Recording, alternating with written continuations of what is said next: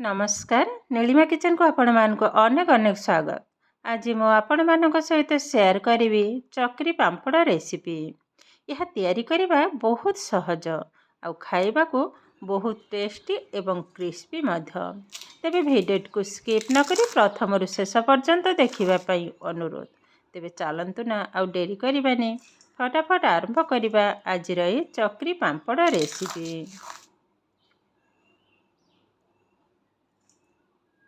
ଏଠି ଦେଖନ୍ତୁ ମୁଁ ଗୋଟେ କପ୍ ଅରୁଆ ଚାଉଳ ଚୁନା, ଯେଉଁଟାକି ଶୁଖିଲା ଅରୁଆ ଚାଉଳ ଚୁନା ମୁଁ ଗୋଟେ କପ୍ ହିଁ ନେଇଛି।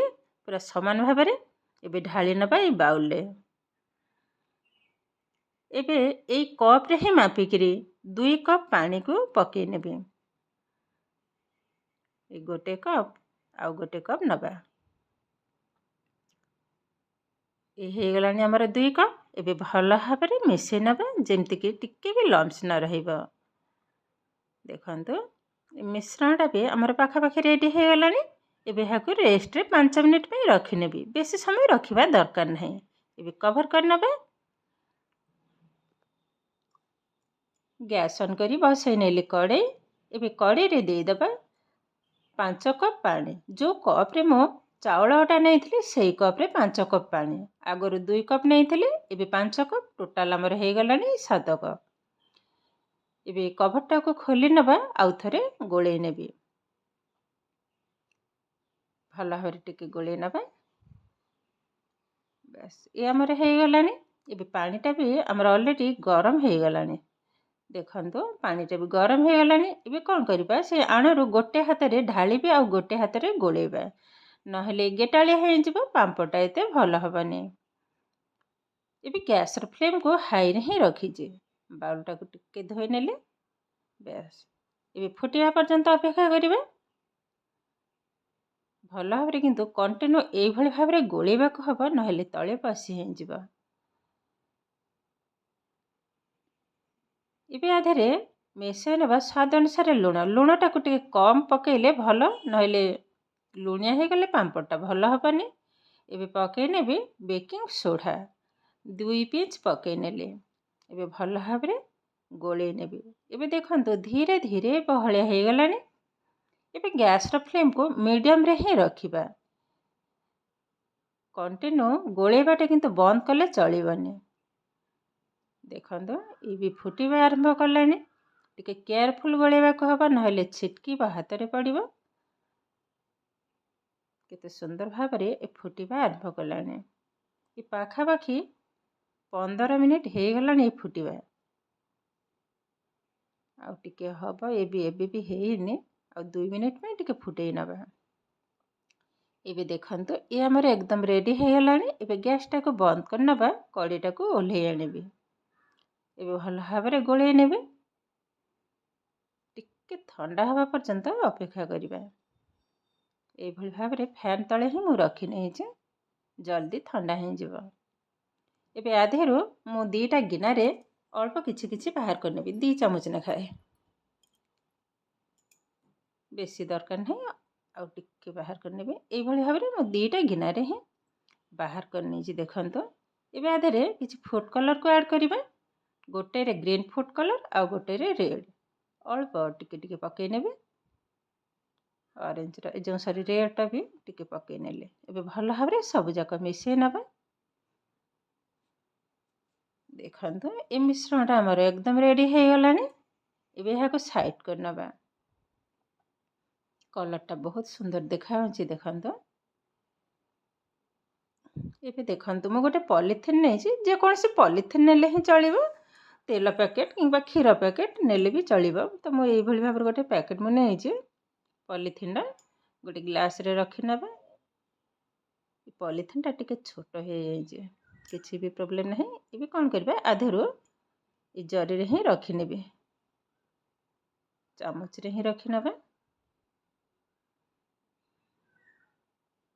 ଆଉ ଟିକେ ଦେଇଦେବି।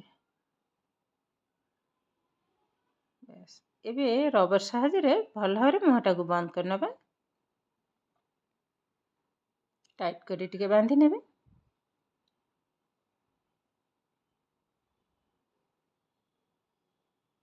भल भाव बांधि नहीं। एबे देखंतु एमती मु पॉलिथिन ऊपर ही पांपटा को पकेइबे। एबे गोटे कंजी साहाय्य पॉलिथिन गोटे साइड टू छोट टिके काटी नेली। एबे पांपड़ पकई नेबे। देखंतु एई भली भाबरे गोल करी मझिरे मझिरे टिके गारो कर नबा। जेहेतु हमरा चक्री पांपड़ तैयारी करिवार अछि और ये पांपड़टा सांगे सांगे खरारे पकईबिनी नहेले फाटी जिवो। ए फैन तले गोटे दिन ही रहिबो। तापरे ताको सखाळे मु खरारे देबी गोटे घंटा पे। तापरे आपण मानक सहित भाजिक ही शेयर करिवे। देखंतु केते सुंदर भाबरे ये पांपड़ हमर धळा मु सब जाक पकई सारलेनी।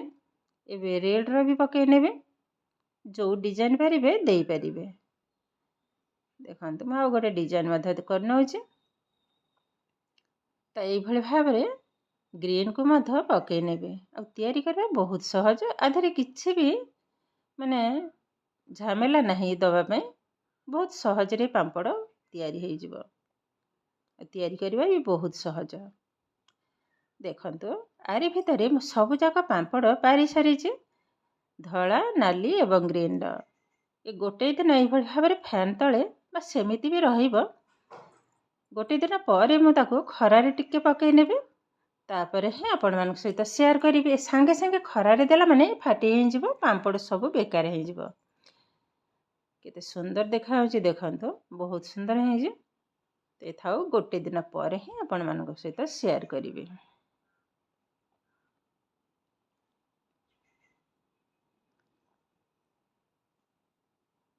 एबे देखंतु केते सुंदर भाबरे पांपड़ हमर रेडी हे गलानी। बहुत सुंदर हे जे आ गोटे भी भांगिनी। केतेटा सुंदर देखा होची देखंतु। तीन प्रकार कलरटा भी बहुत सुंदर देखा होची। और एमती तैयारी करी स्टोर करी रखी देबे। जेते बेले खुशी भाजी की मत खाई परिबे। तो आधर मु सब जाक भाजीबिनी अल्प किछि भाजीबी। जेहेतु घरे पिला माने नाहांती अल्प भाजीबे। तापरे रखिने भी डबारे। एबे गैस रे ऑलरेडी मु बसई नेछि तेल। तेलटा भल भाबरे गरम होला परे पकई नबा पांपड़। देखंतु केते सुंदर भाबरे फुली जाउची। तो एई भली भाबरे अल्प किछि भाजीबी सब जाक भाजीबिनी। सब पांपड़ किंतु सुंदर भाबरे फुलुचे। रेडटा आग भाजी नेली तापरे व्हाइटटा भी भाजी नउची। देखंतु केते सुंदर देखा होची पांपड़।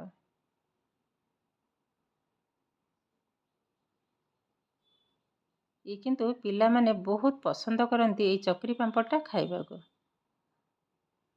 देखंतु पांपड़ मु भाजी आनी छी और केतेटा सुंदर देखा होची देखंतु। बहुत सुंदर देखा जाउची। आ गोटे भी भांगिनी। और केतेटा क्रिस्पी हेजी मु गोटे भांगिरी मधा देखैबे। देखंतु ए होची रेड कलर ग्रीन कलर एवं व्हाइट कलर। बहुत सुंदर देखा होची। एबे गोटे भांगी करी देखौची केतेटा क्रिस्पी बनिची।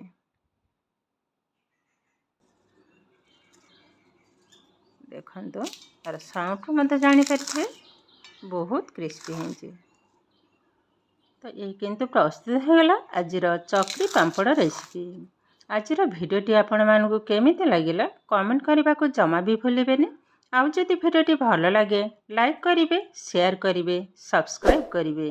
एमिति आउरी नुआ नुआ भिडियोर नोटिफिकेशन पाइबा पई पाखरे थिबा बेल आइकन को क्लिक करिवे। ताहेले आज पई रहुची पुणी देखा हबो आउ एक नुआ भिडियो रे। नमस्कार।